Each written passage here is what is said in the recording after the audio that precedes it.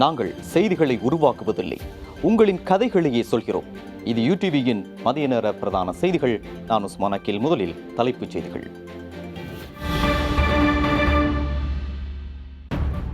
தேர்தல் பிரசாரத்திற்கு தனது புகைப்படங்களை பயன்படுத்தக்கூடாது, ஜனாதிபதி உத்தரவு. குமார் சங்கக்கார வாக்குமூலம் வழங்க விசாரணை பிரிவில் ஆஜர். நாட்டின் அபிவிருத்திக்கு பங்களிக்குமாறு கலைஞர்களுக்கு அழைப்பு. இந்தியாவில் 6 லட்சத்தை கடந்தது கொரோனா பாதிப்பு. 18,000-ஐ அண்மிக்கும் உயிரிழப்புகளின் எண்ணிக்கை. இவை தலைப்புச் செய்திகள். இனி உள்நாட்டு செய்திகள்.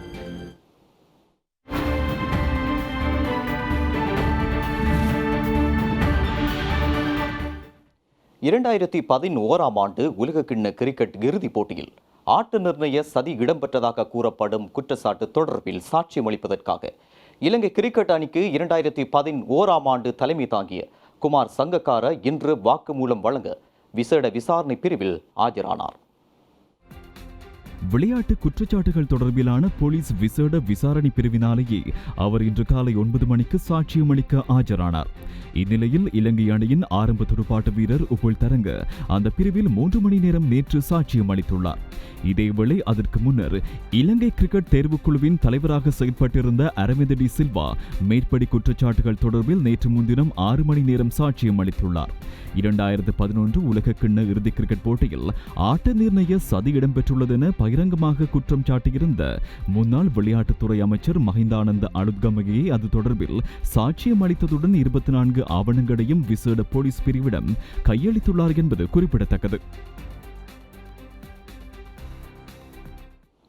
போதைப்பொருள் ஒழிப்பு பணியகத்தின் மேலும் 11 அதிகாரிகள் போலீஸ் குற்றப் பிரிவினரால் கைது செய்யப்பட்டுள்ளனர். போதைப்பொருள் வர்த்தகர்களுடன் தொடர்பை பேணி வந்தார்கள் என்ற சந்தேகத்தின் பேரில் குறித்த அதிகாரிகள் கைது செய்யப்பட்டுள்ளதாக போலீஸ் ஊடக பிரிவு தெரிவித்துள்ளது.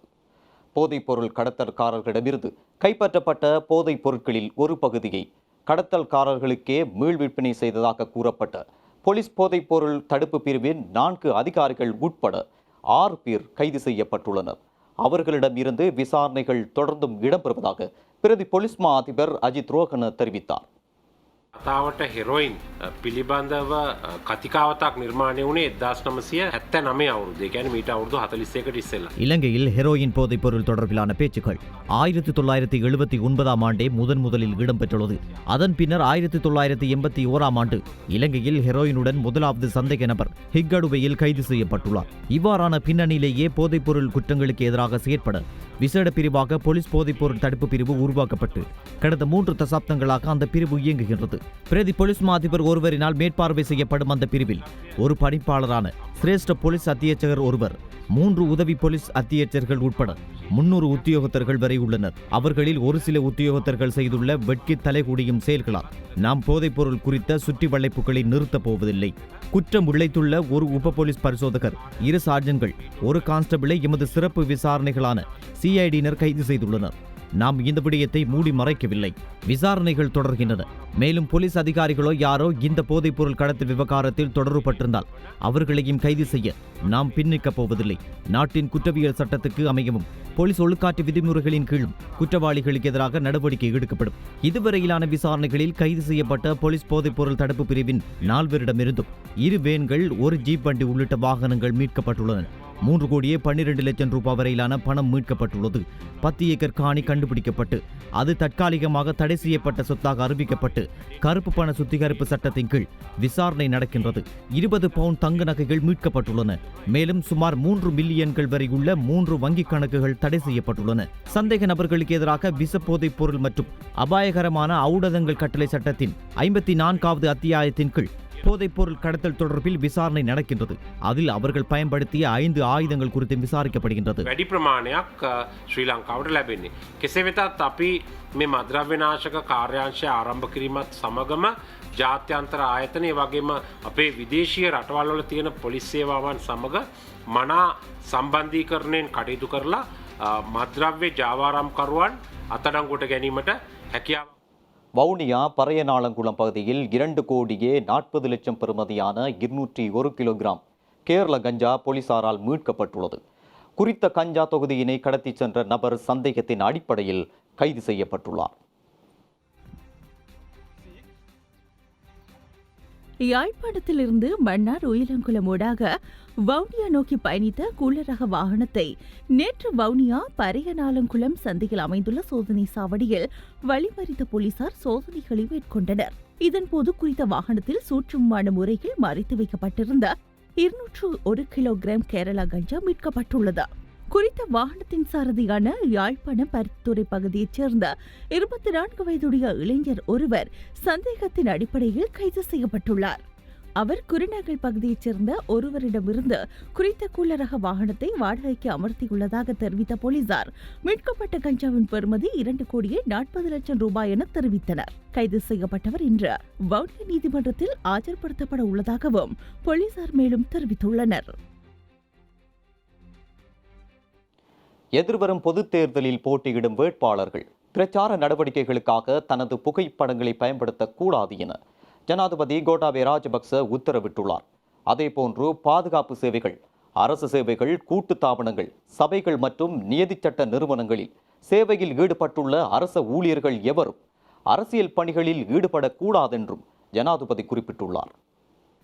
இம்முறை பொதுத் தேர்தலில் போட்டியிடும் அபேஜகர்கள் தமது பிரச்சார நடவடிக்கைகளில் ஜனாதிபதி அவர்களின் புகைப்படங்களை பயன்படுத்துவதாகவும் இராணுவம் மற்றும் அரசு அதிகாரிகளை சம்பந்தப்படுத்திக் கொள்வதாகவும் பல்வேறு நியமனங்களை பெற்றுத் தருவதாக குறிப்பிடுவதாகவும் தகவல்கள் கிடைத்துள்ளதாக ஜனாதிபதியின் செயலாளர் BP ஜெயசுந்தர் அவர்கள் அனைத்து ஆளுநர்கள், அமைச்சின் செயலாளர்கள், மாவட்ட மற்றும் பிரதேச செயலாளர்கள், கூட்டுத்தாபனங்கள், சபைகள், நியதிச்சட்ட நிறுவனங்களின் தலைவர்கள் மற்றும் ஏனைய துறை தலைவர்களுக்கு நேற்று அனுப்பி வைத்துள்ள கடிதத்தில் குறிப்பிட்டுள்ளார். தேர்தல் பிரச்சாரத்துக்கு ஜனாதிபதியின் புகைப்படத்தை பயன்படுத்த வேண்டாம் என்றும் அரசு ஊழியர்கள் அரசியல் செயற்பாடுகளில் ஈடுபட வேண்டாம் என்றும் கடுமையாக அறிவுறுத்துமாறும் ஜனாதிபதி செயலாளர் பணிப்புரை விடுத்துள்ளார்.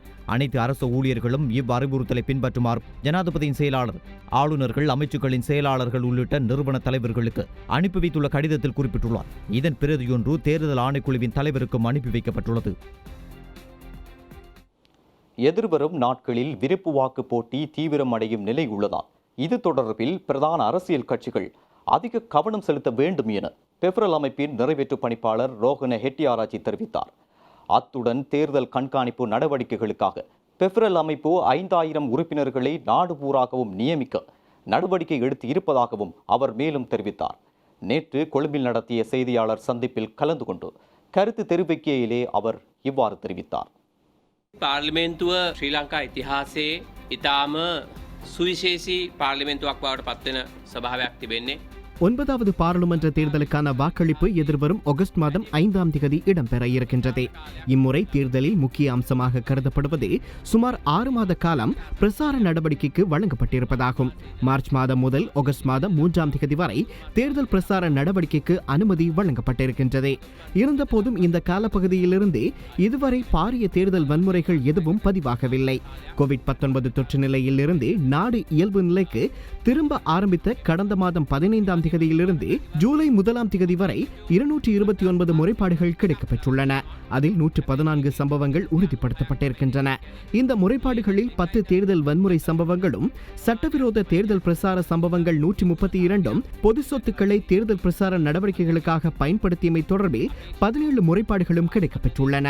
இந்த முறைப்பாடுகளில் அதிகமானவை அரசாங்கத்தினால் வழங்கப்பட்ட 5,000 ரூபாய் நிவாரண கொடுப்பனவில் அரசியல் தலையீடு இடம்பெற்றிருக்கின்றமை தொடர்பில் ஆகும். மேலும் தேர்தல் அறிவிக்கப்பட்டு இதுவரை 230 சம்பவங்களும், தேர்தல் சட்டமீறல் தொடர்பாக 236 முறைப்பாடுகளுமே கிடைக்கப்பெற்றிருக்கின்றன. பாரிய வன்முறை சம்பவங்கள் இடம்பெற்றதாக முறைப்பாடுகள் எமக்கு கிடைக்கப்பெறவில்லை. இருந்தபோதும் எதிர்வரும் தினங்களில் அந்தந்த கட்சிகளின் வேட்பாளர்களுக்கிடையில் விருப்பு வாக்கு போட்டி தீவிரமடையும் நிலை இருக்கின்றது. இது தொடர்பாக பிரதான அரசியல் கட்சிகள் கவனம் செலுத்த வேண்டும். அவ்வாறு அரசு அதிகாரிகள் அரசியல் நடவடிக்கைகளில் ஈடுபட்டால் அவர்களுக்கு எதிராக தேர்தல்கள் ஆணைக்குழு நடவடிக்கை எடுக்க வேண்டும். 5000ක ප්‍රමාණයක් යොදවන්නට මේ වෙනකොට සියලු කටයුතු සැලසුම් කරලා තිබෙනවා. මේ 5000 සම්පූර්ණ වෙන්නේ පූර්ව මැතිවරණ කාලය තුල සෑම ප්‍රාදේශීය ලේකම් බලපදේශයකටම දිගු කාල නිරීක්ෂකව බැගින් යොදවලා තිබෙනවා. මේ වෙනකොට ඒ කටයුතු අපි අවසන් කරමින් යන්නේ. ඒ වගේම තැපැල් ඡන්දය නිරීක්ෂණය කිරීම සඳහා 1000කට ආසන්න ප්‍රමාණයක් 856ක් අපි යොදවන්නට. கொரோனா தொற்று சர்வதேச ரீதியில் முழுமையாக இல்லாதொழியும் வரை கலைஞர்கள் காத்திருக்காது நாட்டின் பொருளாதாரத்தை ஒருங்கிணைக்க உதவுமாறு ஜனாதிபதி கோட்டாபய ராஜபக்ச தெரிவித்துள்ளார். இலங்கையில் உள்ள சினிமா மற்றும் நாடகத்துறை கலைஞர்களுடன் இடம்பெற்ற விசேட சந்திப்பின் போதே ஜனாதிபதி இதனை தெரிவித்தார். கலைஞர்கள் முகம் கொடுத்துள்ள பிரச்சனைகள் பற்றி நேற்று பிற்பகல் ஜனாதிபதி அலுவலகத்தில் சந்திப்பு ஒன்று இடம்பெற்றது. பிரதமர் மஹிந்த ராஜபக்ச, ஜனாதிபதியின் செயலாளர் பி ஜெயசுந்தர, அமைச்சின் செயலாளர்கள் மற்றும் அதிகாரிகள், திரைப்பட இயக்குநர்கள், இசை கலைஞர்கள் உள்ளிட்ட கலைத்துறையின் பல்வேறு தரப்பையும் பிரதிநிதித்துவப்படுத்துகின்ற கலைஞர்கள் பலரும் இந்த சந்திப்பில் கலந்து கொண்டனர். 9ஆம் வகுப்பில் நிறுத்தப்படும் அழகியல் பாடத்தை கல்வி பொது தராதர சாதாரண தரம் வரை பிள்ளைகளுக்கு கற்பிக்க வேண்டியதன் அவசியத்தை பேராசிரியர் முதியன்சே திசாநாயக்க சுட்டிக்காட்டினார். இந்த முன்மொழிவை தேசிய கல்விக் கொள்கைக்கான செயலணிக்கு சமர்ப்பிப்பதாகவும் ஜனாதிபதி குறிப்பிட்டார். உள்நாட்டிலும் வெளிநாடுகளிலும் தயாரிப்பாளர்களுக்கு கிடைக்க வேண்டிய உரிமை தொகை கிடைக்கப்பெறாமைக்கான காரணங்கள் குறித்து விரிவாக கலந்துரையாடப்பட்டது. சர்வதேச ரீதியாக 20 பில்லியன் அமெரிக்க டாலர்களுக்கும் அதிகமான தொகையை இதன் காரணமாக நாடு இழந்துள்ளது. இலத்திரனியல் ஊடகங்களினூடாக ஒளிபரப்பப்படும் பாடல்களுக்கும் உரிமை தொகை கிடைக்கப்பெறாமை குறித்து கலைஞர்கள் ஜனாதிபதியிடம் குறிப்பிட்டனர். இது பற்றி அரசு மட்டத்தில் நடவடிக்கை எடுத்து தயாரிப்பாளர்களின் உரிமையை பாதுகாப்பதாக ஜனாதிபதி இதன்போது உறுதியளித்தார். கலைஞர்களுக்கு சலுகை வட்டி வீதத்தில் கடன் தொகையை பெற்றுக் கொடுப்பதற்கு அரசாங்கம் மேற்கொண்ட நடவடிக்கைகளுக்கு பாராட்டு தெரிவிக்கப்பட்டதுடன் அரசு வங்கிகளின் ஊடாக அது உரிய முறையில் இடம்பெறாமை கவலைக்குரியதாகும் என்று தெரிவிக்கப்பட்டது. வெளிநாட்டு தொலைக்காட்சி நாடகங்களுக்கு வரி தொகையை அறவிட்டு அதனை கலைஞர்களின் நன்மைக்கு பயன்படுத்த வேண்டியதன் அவசியத்தையும் கலைஞர்கள் சுட்டிக்காட்டினர். வெளிநாட்டு திரைப்படங்களை நாட்டில் படமாக்குவதற்கு சந்தர்ப்பங்களை வழங்கி அந்நிய செலாவணியை சம்பாதிப்பதற்காக முன்வைக்கப்பட்ட முன்மொழி நடைமுறைப்படுத்துவதற்கான சாத்தியம் குறித்து ஆராய்வதற்கும் தீர்மானிக்கப்பட்டது. கிராமிய கலைஞர்கள் மாகாண மற்றும் பிரதேச மட்டத்தில் ஒழுங்குபடுத்துவதன் அவசியம் குறித்தும் கலந்துரையாடப்பட்டது. நேற்று 6 கொரோனா தொற்றாளர்கள் நாட்டில் இனம் காணப்பட்டுள்ளனர். அதன்படி நாட்டில் கொரோனா தொற்றாளர்களின் எண்ணிக்கை 2054 அதிகரித்துள்ளது.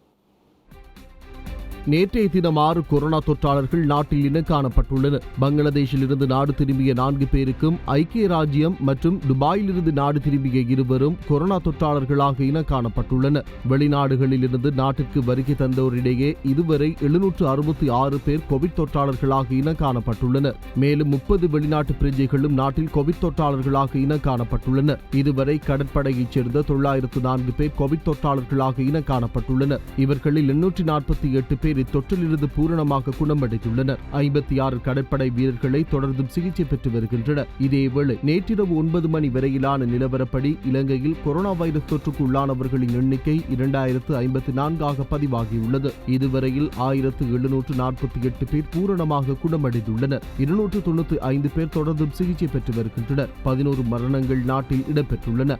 கோவிட் தொற்று இருக்கலாம் என்ற சந்தேகத்தின் அடிப்படையில் 55 பேர் நாடளாவிய ரீதியில் உள்ள வைத்தியசாலைகளில் சிகிச்சை பெற்று வருகின்றனர். மேலும் தனிமைப்படுத்தல் நிலையங்களில் இருந்து 789 பேர் இதுவரை தொற்றாளர்களாக இனம் காணப்பட்டுள்ளனர். நாட்டில் உள்ள சாதாரண மக்களிடையே இதுவரை 313 பேரை கோவிட் தொற்றாளர்களாக இனம் காணப்பட்டிருந்தனர். நாட்டில் நேற்றைய தினம் 1296 PCR பரிசோதனைகள் மேற்கொள்ளப்பட்டுள்ளன. கடந்த பிப்ரவரி 18ஆம் தேதி தொடக்கம் இதுவரை 1,09,106 PCR பரிசோதனைகள் நாட்டில் மேற்கொள்ளப்பட்டுள்ளதாக சுகாதார மேம்பாட்டு பணியகம் அறிவித்துள்ளது. சிறிய இடைவெளியின் பின் யூடிவியின் மதிய நேர பிரதான செய்திகளை எதிர்பாருங்கள். செய்திகள் தொடர்கின்றன. அடுத்து வருவது சர்வதேச செய்திகள்.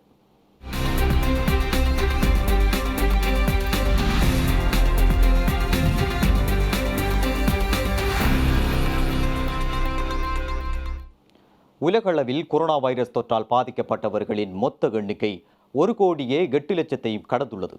மொத்த உயிரிழப்புகளின் எண்ணிக்கை 5,19,000 கடந்துள்ளது. கொரோனாவால் அதிகம் பாதிக்கப்பட்ட நாடுகளின் பட்டியலில் அமெரிக்கா முதலிடத்தில் உள்ளது. அங்கு இந்த வைரஸ் காரணமாக இதுவரை 27,79,953 பேர் பாதிக்கப்பட்டுள்ளனர். இருந்த போதிலும் அமெரிக்காவில் இந்த வைரஸ் தொற்றிலிருந்து இதுவரை 11,64,680 பேர் குணமடைந்துள்ளனர்.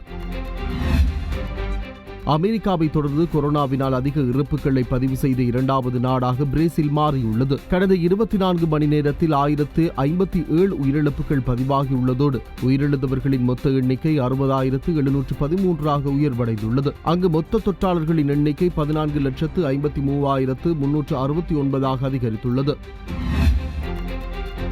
ரஷ்யாவில் கொரோனா வைரஸ் தொற்றினால் பாதிக்கப்பட்டவர்களின் மொத்த எண்ணிக்கை 6,54,405 கடந்துள்ளது. அத்துடன் அங்கு கொரோனா வைரஸ் தொற்றினால் உயிரிழந்தவர்களின் மொத்த எண்ணிக்கை 9,536 உயர்வடைந்துள்ளது. இந்தியாவில் கொரோனா தொற்று பரவல் உயர்ந்து கொண்டே செல்கிறது. இந்தியாவில் கொரோனா தொற்றாளர்களின் எண்ணிக்கை 6,05,220 அண்மித்துள்ளது. இதேவேளை இந்தியாவில் கடந்த 24 மணி நேரத்தில் கொரோனா வைரஸினால் 431 பேர் உயிரிழந்துள்ளனர். கொரோனாவால் இதுவரை உயிரிழந்தவர்களின் மொத்த எண்ணிக்கை 17,848 பேர் உயிரிழந்துள்ளனர். இந்தியாவில் கொரோனா பாதிப்பில் இருந்து இதுவரை 3,59,896 பேர் குணமடைந்துள்ளனர். பாகிஸ்தானில் கொரோனா வைரஸால் பாதிக்கப்பட்டோர் எண்ணிக்கை 2,17,000 தாண்டியுள்ளது. பாகிஸ்தானில் கடந்த 24 மணி நேரத்தில் 4,800 பேருக்கு கொரோனா உறுதி செய்யப்பட்டது. அங்கு கொரோனாவால் ஒரே நாளில் 171 பேர் உயிரிழந்துள்ளனர். அங்கு இதுவரை மொத்தம் 4,473 பேர் கொரோனா வைரஸினால் உயிரிழந்துள்ளனர். வைரஸ் தொற்றிலிருந்து இதுவரை 1,04,000க்கும் மேற்பட்டோர் குணமடைந்துள்ளனர். இத்துடன் எமது மதிய நேர பிரதான செய்திகள் நிறைவடைகின்றன. எமது அடுத்த பிரதான செய்தியினை மாலை 7:30 மணிக்கு எதிர்பாருங்கள்.